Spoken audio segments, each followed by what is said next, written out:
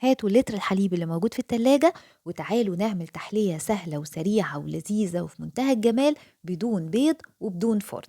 هنجيب أي نوع فاكهة متوفرة عندنا.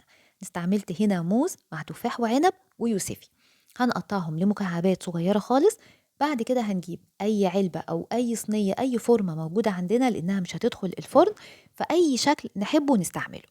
هندهنه بنقطتين كده من الزيت، وبعدين هنجيب الفاكهة اللي احنا قطعناها هنوزعها كويس في الصينية أو في العلبة، وبعد كده هنقلبهم كده كلهم مع بعض وهنساوي الوش بتاعهم كويس. كده خلاص الفاكهة بقت جاهزة. هنجيب أي عدد من أي نوع بسكوت، هنقطعه لقطع وهنوزعه على وش الفاكهة. ولو مش عايزين تستعملوا البسكوت ممكن الاستغناء عنه، هو بيدي طبعا طعم حلو مع الكريم كراميل، لكن ممكن لو مش عايزينه مفيش مشكلة. وممكن استبدال البسكوت لو في عندكم مثلا كيك ممكن تقطعوه لمكعبات صغيرة وتحطوها على وش الفاكهة كبديل للبسكوت. هنستعمل 4 أو 5 وحدات من البسكوت ونقطعه زي ما احنا شايفين كده. بعد ما هنخلص بقى خطوة البسكوت هنجيب لتر من الحليب أو 4 كوبايات من الحليب. بعد كده هنحط عليهم علبتين من علب الكريم كراميل الجاهز. هندوب الكريم كراميل الجاهز ده في الحليب كويس على البارد، وبعدين هنقلبه كده باستمرار على النار الهادية لغاية لما يبتدي يغلي.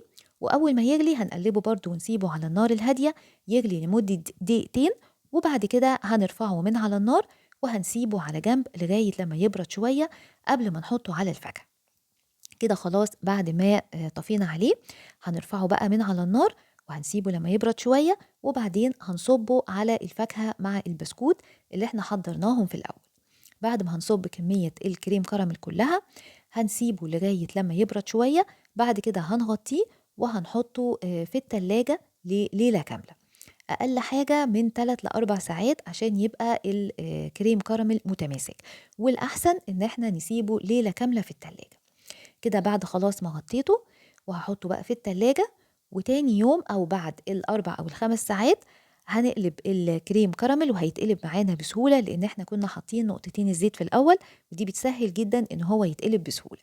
بعد كده هنزينه بعبوة الكراميل اللي موجودة في علبة الكريم كراميل اللي احنا استعملناها في الأول.